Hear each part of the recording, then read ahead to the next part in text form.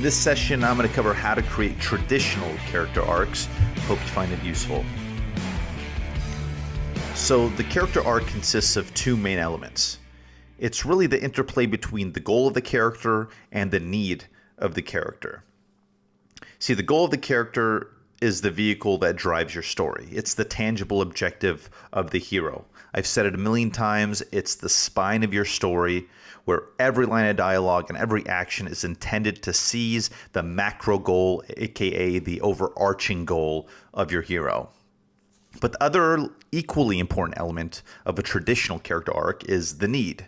And to make the pursuit of the goal even meaningful, there must be a need fulfilled by the end of the story.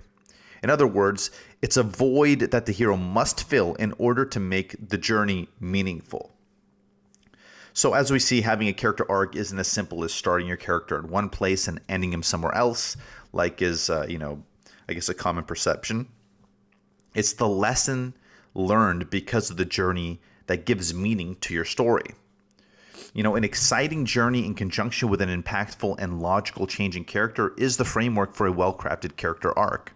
And traditionally, a character should realize something by the end of the story that changes his or her perspective. But a character doesn't necessarily need to have a major change by the end of your story to have an emotional impact. And that's why I titled this Traditional Character Arcs. There are many stories where a need or flaw is never established, at which point the final consequences that the storyteller bestows upon the audience or upon the hero acts as the moral of the story.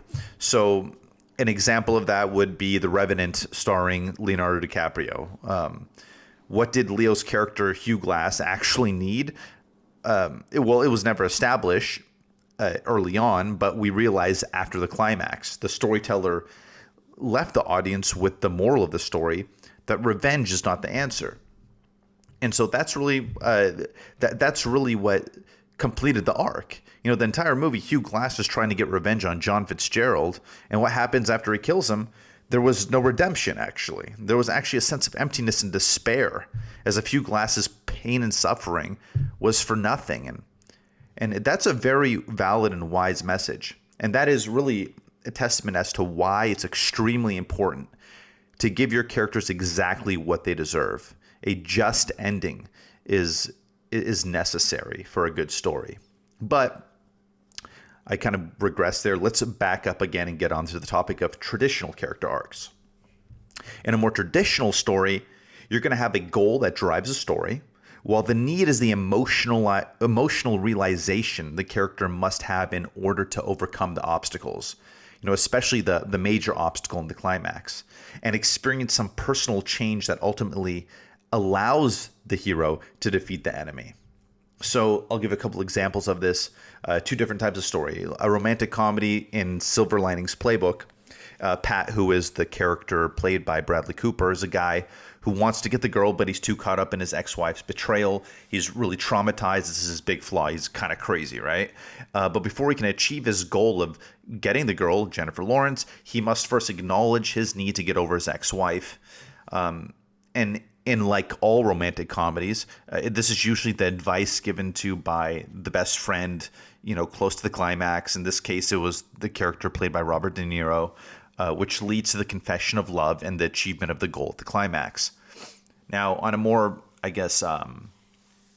mythical type of story in Jumanji, the OG Jumanji, Alan's goal is to get out of Jumanji and back to reality, while his need is to learn to appreciate family. So throughout the story, when Alan, played by Robin Williams, emerges from the Jumanji board, he's constantly reminded of his father and forced to recall how his lack of appreciation towards his father destroyed his life and his family's life. So it was his initial lack of appreciation that took Alan into the mythical depths of hell, where he learns his lesson, learns to appreciate his father, and ultimately achieves his goal, and returns back to reality with a newfound appreciation for his family and life circumstance.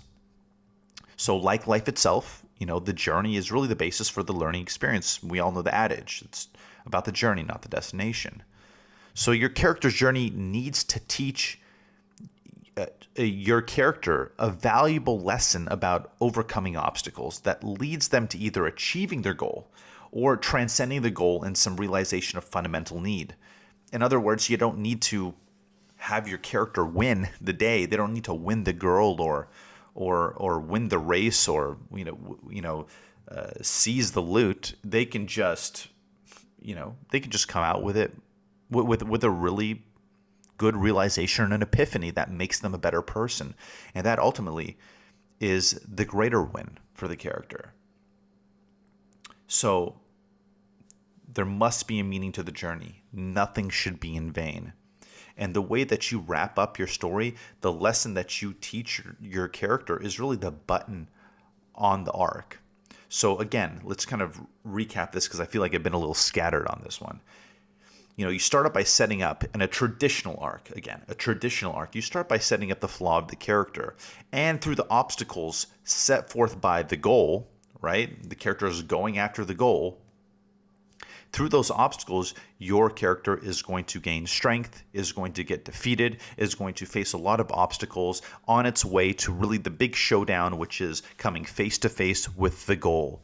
And in that moment, your character must learn how to overcome the flaw that was established early on in order to win the day and come out with either the prize or without the prize, but some kind of lesson that is valuable and that allows this character to push forward in a more meaningful way.